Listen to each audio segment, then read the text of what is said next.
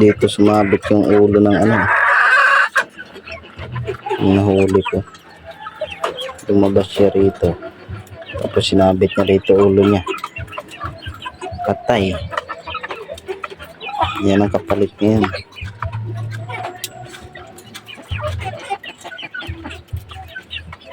Yan naman yan ang kapalit niya.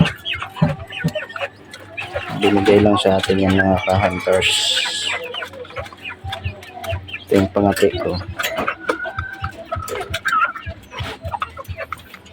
At ito yung isa. Ito yung dati kong pangati na may mga buo sa paa. Yung nabulag. Pinares ko rito sa aking mistisa.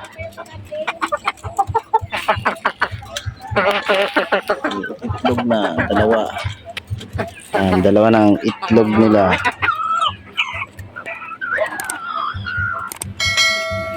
Yan.